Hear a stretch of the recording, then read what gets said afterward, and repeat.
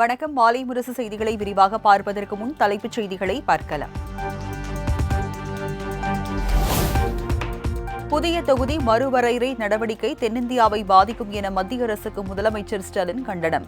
தேசிய வளர்ச்சிக்கு சிறப்பான பங்களிப்பை தந்த மாநிலங்களை வஞ்சிக்க கூடாது என எக்ஸ் தளத்தில் பதிவு.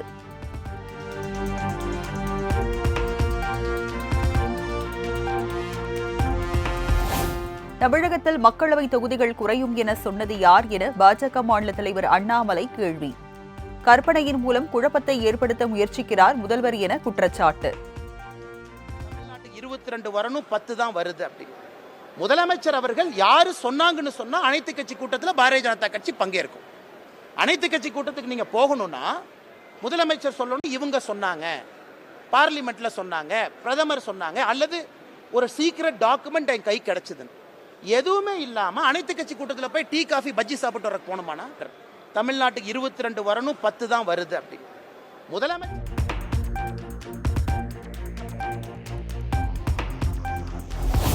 மத்திய அரசின் தொகுதி மறுசீரமைப்பு விவகாரத்தில் மார்ச் 5ஆம் தேதி அனைத்து கட்சி கூட்டம் நடைபெறும்.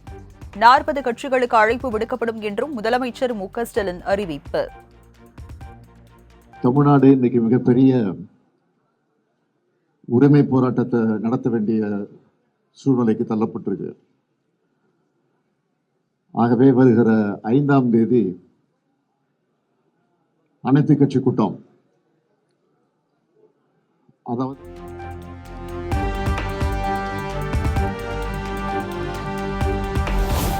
மத்திய அரசின் நடவடிக்கையால் 39ஆக உள்ள தமிழக எம்பிக்களின் எண்ணிக்கை 31ஆக குறையும் அபாயம். அதிக எம்பிக்கள் இருந்தால் மட்டுமே மும்மொழி கொள்கை உள்ளிட்ட மத்திய அரசின் திட்டங்களுக்கு எதிராக குரல் கொடுக்க முடியும் என்றும் முதலமைச்சர் திட்டவட்டம். இப்ப நாடு முழுக்க இருக்கக்கூடிய மக்களவை அடிப்படையில் தொகுதிகளை பிரிச்சா தமிழ்நாட்டில் இருக்கக்கூடிய தொகுதிகளில் 8 தொகுதிகளை இழக்க வேண்டிய ஒரு சூழ்நிலை ஏற்பட்டிருக்கு. அதாவது இனி தமிழ்நாட்டுக்கு 39 எம்பிகள் இருக்க மாட்டாங்க, 31 எம்பிகள் தான்.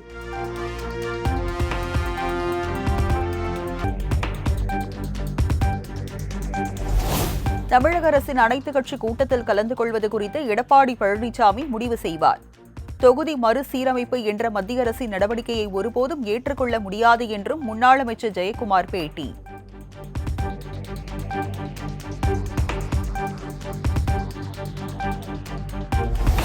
பாமக கௌரவ தலைவர் ஜி.கே. மணி இல்ல திருமண விழாவில் முதலமைச்சர் மு.க. ஸ்டாலின் பங்கேற்பு.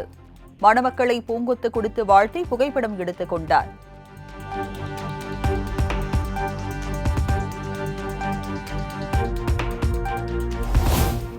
சேலத்திற்கு ஒரே விமானத்தில் சென்ற முதலமைச்சர் மு.க. ஸ்டாலின், ஓபிஎஸ், விஜய் சேதுபதி மற்றும் விஜய் மகன்.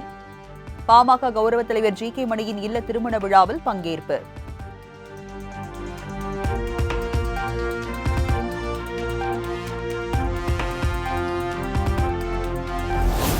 உள்துறை அமைச்சர் அமித்ஷாவை கண்டித்து கோவையில் கோபேக் அமித்ஷா என்ற வாசகத்துடன் கருப்பு கொடி ஆர்ப்பாட்டம். அனுமதியின்றி போராட்டத்தில் ஈடுபட்டதால் கைது செய்த காவல்துறை.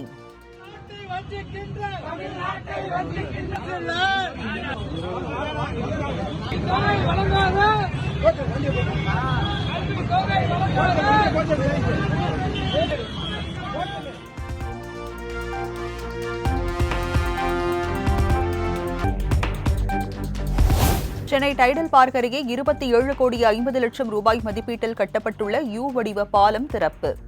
துணை முதலமைச்சர் உதயநிதி ஸ்டாலின் மக்கள் பயன்பாட்டிற்கு திறந்து வைத்தார்.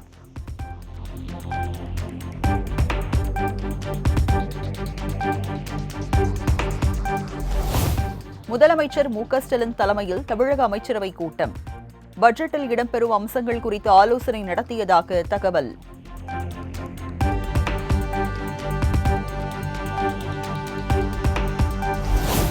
தமிழ்நாடு மின்வாரிய தலைமை அலுவலகத்தில் வருமான வரி சோதனையும் நடைபெறவில்லை. டிடிஎஸ் எனப்படும் வருமான வரி பிடித்தம் தொடர்பான வழக்கமான சரிபார்ப்பு தான் நடக்கிறது என தமிழ்நாடு மின்வாரியம் விளக்கம்.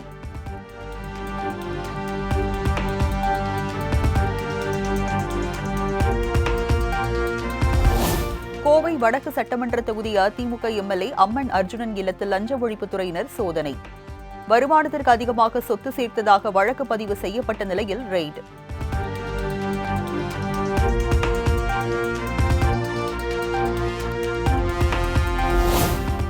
கோவை வடக்கு தொகுதி அதிமுக எம்எல்ஏ அர்ஜுனன் வீட்டில் நடைபெறும் ஐடி சோதனைக்கு எடப்பாடி பழனிசாமி கடும் கண்டனம். திமுக அரசின் முறைகேடுகளை திசை திருப்ப லஞ்ச ஒழிப்பு சோதனையை ஏவி விட்டுள்ளதாகவும் காட்டம்.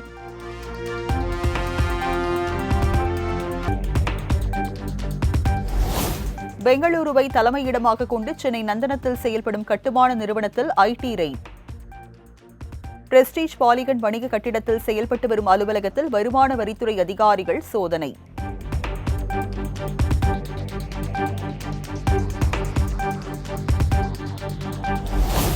மாமல்லபுரத்தில் நாளை நடைபெறும் தமிழக வெற்றிக் கழக ஆண்டு விழாவில் முக்கிய அறிவிப்புகளை வெளியிடுகிறார் விஜய்.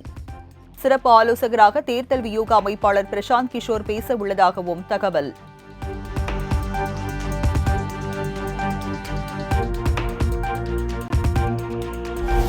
தமிழகம் முழுவதும் திமுக மாணவரணி சார்பில் கண்டன ஆர்ப்பாட்டம். மத்திய அரசின் ஹிந்தி திணிப்பை எதிர்த்து முழக்கம். மொழி உரிமை போராளிகள் வாழ்க வாழ்க வாழ்கவே, வாழ்க வாழ்க வாழ்கவே, வாழ்க வாழ்க வாழ்கவே, வாழ்க வாழ்க வாழ்கவே, தந்தை பெரியார் வாழ்கவே.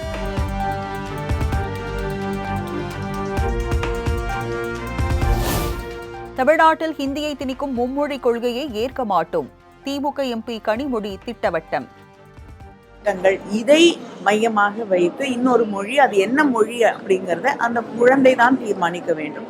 அதை விட்டுட்டு ஒரு மாநிலம் நீண்ட போராட்டத்திற்கு பிறகு 2 மொழி கொள்கை என்று முடிவு செய்த பிறகு இன்னொரு மொழியை நான் கொண்டு வந்து திணிப்பேன் அப்படின்னு தொடர்ந்து அந்த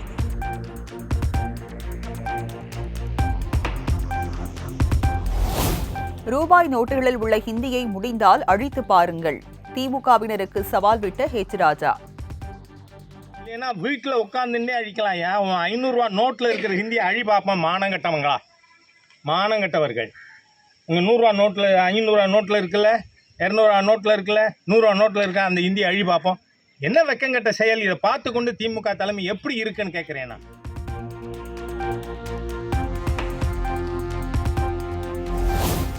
பல்வேறு வேடங்கள் போடக்கூடிய அண்ணாமலையின் பேச்சுக்கு யாரும் முக்கியத்துவம் அளிக்க மாட்டார்கள். தமிழகத்தில் ஹிந்தி திணிப்புக்கு ஒருபோதும் இடம் கிடையாது என்றும் திருமாவளவன் பேட்டி.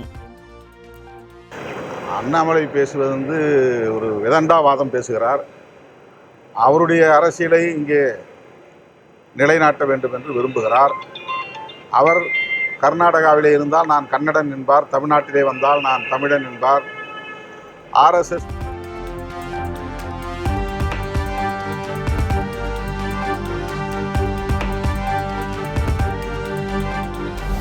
மாநில அரசு மத்திய அரசிடம் ஈகோ பார்ப்பதாக பாஜக மூத்த தலைவர் தமிழிசை விமர்சனம். தங்கள் வீட்டு குழந்தைகளை ஹிந்தி படிக்க வைத்துவிட்டு ஹிந்தி மொழிக்கு எதிராக போராட்டம் நடத்துவது என்ன நியாயம் என்றும் கேள்வி. எல்லாத்துலயும் அரசியல் செய்யணும்னு இல்லை, அரசியல் செய்யலாம், ஆட்சியில் அரசியல் செய்ய வேண்டும் என்பது இல்லை. ஆட்சியில் அரசியல் செய்த கேசிஆர் போன்றவர்கள் இன்னைக்கு எப்படி இருக்கிறாங்கன்னு முதல்வர் புரிந்து கொள்ள வேண்டும். இதை மாதிரி தான் எதற்கெடுத்தாலும் மத்திய அரசு எந்த திட்டம் கொண்டு வந்தாலும் அதை எதிர்த்து கொண்டிருந்தார்கள் தெலுங்கானால. அப்ப மக்கள் தங்களுக்கு கிடைக்க வேண்டிய திட்டத்தை தடுக்கிறார்கள் என்று அவர்கள் வருவதை மக்கள் தடுத்தார்கள்.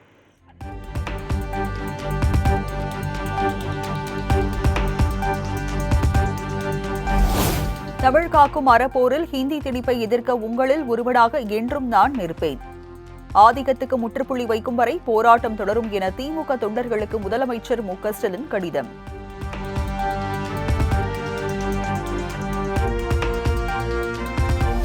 பணம் படைத்தவர்களுக்கு ஒரு நீதி, ஏழை எளிய மக்களுக்கு ஒரு நீதி என்ற திமுகவின் சாயம் வெளுத்துவிட்டதாக அண்ணாமலை விமர்சனம். மும்மொழி கொள்கை விவகாரத்தில் தமிழக அரசின் போலி நாடகங்களை மக்கள் இனியும் நம்ப மாட்டார்கள் என்றும் காட்டம்.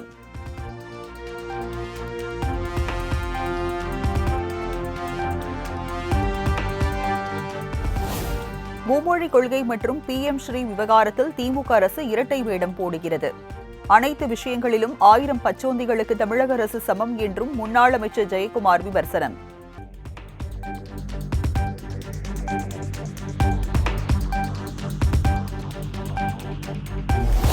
வறட்சி காலம் என்பதால் தெர்மோகோல் திட்டம் உள்ளது என ஆட்சியரும் அதிகாரிகளும் தன்னை அழைத்து சென்றதாக அதிமுக முன்னாள் அமைச்சர் செல்லூர் ராஜு விளக்கம்.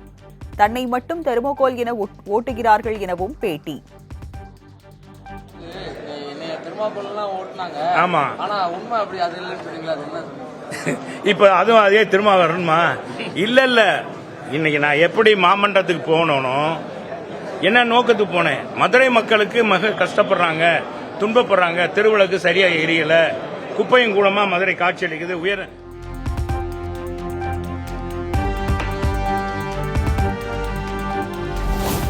ஆளுநர் ஆர்.என். ரவியிடம் 6 கோப்புகளும் குடியரசுத் தலைவரிடம் 8 கோப்புகளும் நிலுவையில் உள்ளதாக அமைச்சர் ரகுபதி தகவல்.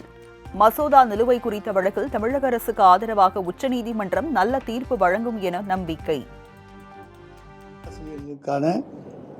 தமிழ்நாடு அரசு தேர்வாணையம் மூலம் தேர்ந்தெடுக்கப்பட்ட 12 ஆசிரியர்களுக்கு மாண்புமிகு தமிழ்நாடு முதலமைச்சருடைய அரசு இன்றைக்கு பணி நியமன ஆணைகளை வழங்கியிருக்கின்றது என்பதை தெரிவித்துக் கொள்கிறேன். அதாவது கோப்புகளை பொறுத்த வரைக்கும் ஆளுநரிடத்தில் 6 கோப்புகள் நிலுவையில் உள்ளன.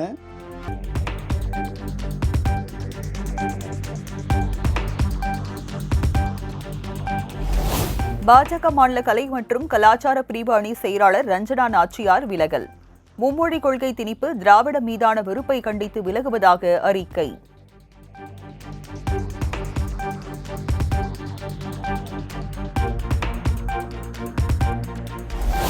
நாம் தமிழர் கட்சியின் ராணிப்பேட்டை கிழக்கு மாவட்ட செயலாளர் பாவேந்தன் கட்சியில் இருந்து விலகுவதாக அறிவிப்பு.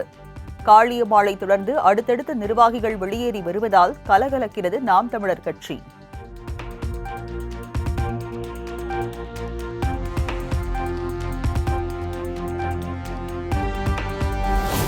ஒடுக்கப்பட்ட மக்களில் இருந்து IAS, IPS வருவதற்கு பெரியார்தான் காரணம். திருவண்ணாமலையில் நடந்த நிகழ்ச்சியில் தான் வரைந்த பெரியார் படத்தை திரையிட்டு நடிகர் சிவகுமார் பேச்சு. ஒடுக்கப்பட்ட மக்களில் நசிக்கப்பட்ட மக்கள் இன்னைக்கு IAS, IPS வருவதற்கு காரணமான ஒரே போராட்டம். ஒடுக்கப்பட்ட நசிக்கப்பட்ட பட்டியல் என்னென்ன ஜாதி கீழ் சாதி சொல்றீங்க அத்தனை சாதி.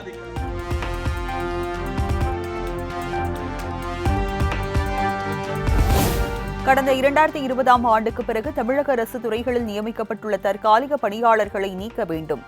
தமிழ்நாடு அரசுக்கு சென்னை உயர்நீதிமன்றம் அதிரடி உத்தரவு.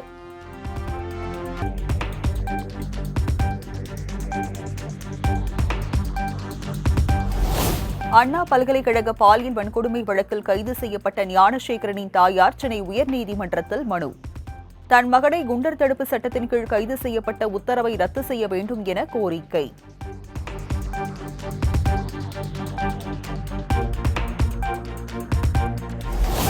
சென்னை பல்கலைக்கழக துறை தலைவர்களை சுழற்சி முறையில் நியமிக்க கொண்டு வந்த திருத்தத்தை ரத்து செய்ய முடியாது. பேராசிரியர்களுக்கு விதிக்கப்பட்ட நிபந்தனையை துறை தலைவர்களுக்கும் என உயர்நீதிமன்றம் திட்டவட்டம்.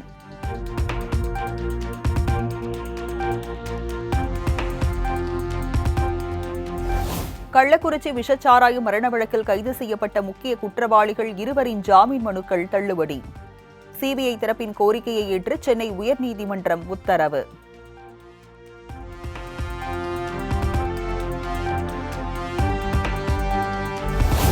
தங்களை ஏமாற்றினால் 2026 தேர்தலில் திமுக ஏமாறும்.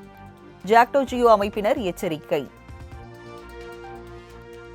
எங்களை உதாசீனப்படுத்துவதைத்தான் அவர் உச்சகட்டமாக நினைத்துக் கொண்டிருக்கிறார். ஆகவே இந்த கோரிக்கைகளை கண்டிப்பாக நாங்கள் வென்றெடுக்க முடியும். இன்று தமிழ்நாடு கொந்தளிப்பில் இருக்கிறது. ஆசிரியர்கள், அரசூழியர்களும் கொந்தளிப்பில் இருக்கிறார்கள். நீங்கள் ஏமாற்றினால் கண்டிப்பாக 2026 நீங்கள் ஏமாறுவீர்கள்.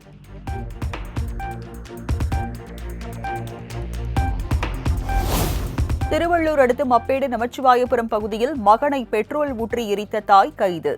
மதுபோதையில் பணம் கேட்டு அடிக்கடி தொந்தரவு செய்ததால் ஆத்திரம்.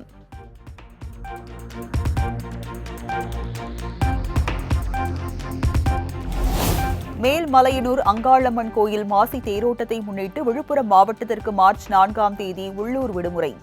மார்ச் 15ஆம் தேதி வேலை நாளாக எடுத்துக் கொள்ளப்படும் என ஆட்சியர் ஷேக் அப்துல் ரஹ்மான் அறிவிப்பு.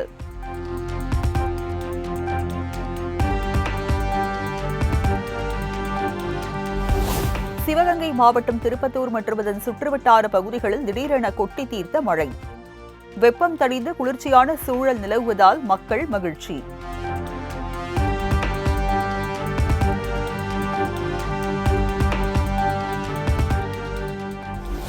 தமிழகத்தில் தஞ்சை, திருவாரூர், நாகை உள்ளிட்ட 9 மாவட்டங்களில் நாளை மறுநாள் கனமழை பெய்யும். சென்னை வானிலை ஆய்வு மையம் தகவல்.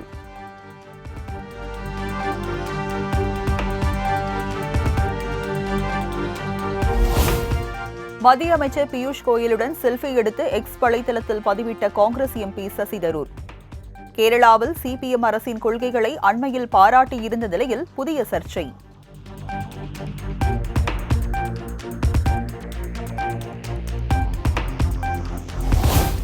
டீப்சீக் செயலி தீங்கு விளைவிக்கும் என்றால் அதனை பயன்படுத்துவதை தவிர்க்க வேண்டும் என டெல்லி உயர்நீதிமன்றம் அறிவுரை. செயலிக்கு தடை கோரிய வழக்கை அவசரமாக விசாரிக்கும் அளவிற்கு முகாந்திரம் இல்லை எனவும் கருத்து.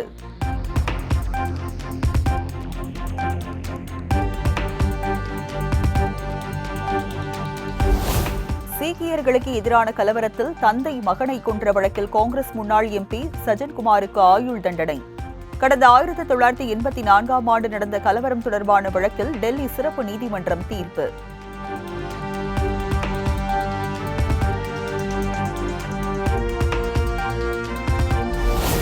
டெல்லி சட்டப்பேரவையில் அமளியில் ஈடுபட்ட முன்னாள் முதலமைச்சர் அதிஷி உள்ளிட்ட 12 எம்எல்ஏக்கள் சஸ்பெண்ட். முதல் நாள் கூட்டத்தொடரில் ஆளுநர் உரைக்கு எதிர்ப்பு தெரிவித்து முழக்கம் எழுப்பியதால் நடவடிக்கை.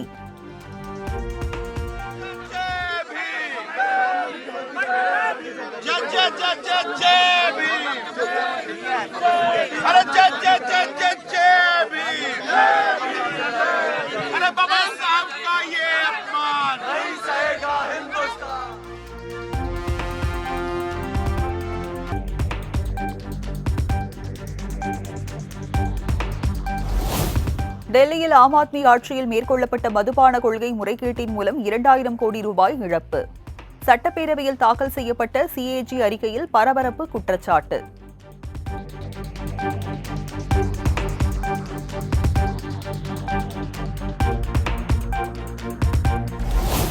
மார்ச் 10ஆம் தேதி கூடுகிறது புதுச்சேரி 15வது சட்டப்பேரவை கூட்டம்.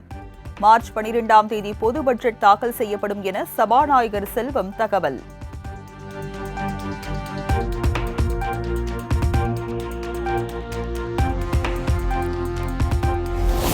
முன்னாள் பிரதமர் இந்திரா காந்தி குறித்த அவதூறு கருத்து மற்றும் காங்கிரஸ் எம்எல்ஏக்கள் 6 பேர் சஸ்பெண்ட் செய்யப்பட்டதற்கு எதிர்ப்பு. ராஜஸ்தான் சட்டப்பேரவை வளாகம் முன்பு காங்கிரஸ் எம்எல்ஏக்கள் தர்ணா போராட்டம்.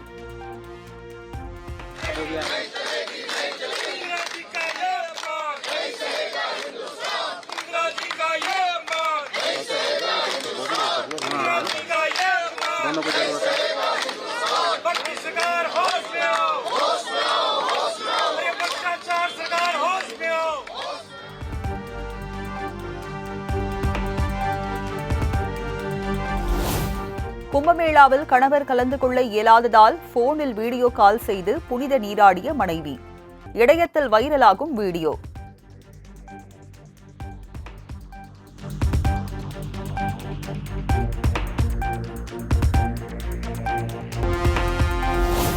மழை காரணமாக தென்னாப்பிரிக்கா, ஆஸ்திரேலியா இடையிலான சாம்பியன்ஸ் டிராபி தொடரின் லீக் போட்டி ரத்து.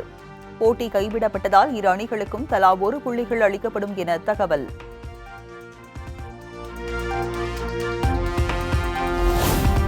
ஸ்பெயினில் நடைபெற்ற கார் பந்தயத்தின் போது விபத்தில் சிக்கிய நடிகர் அஜித்.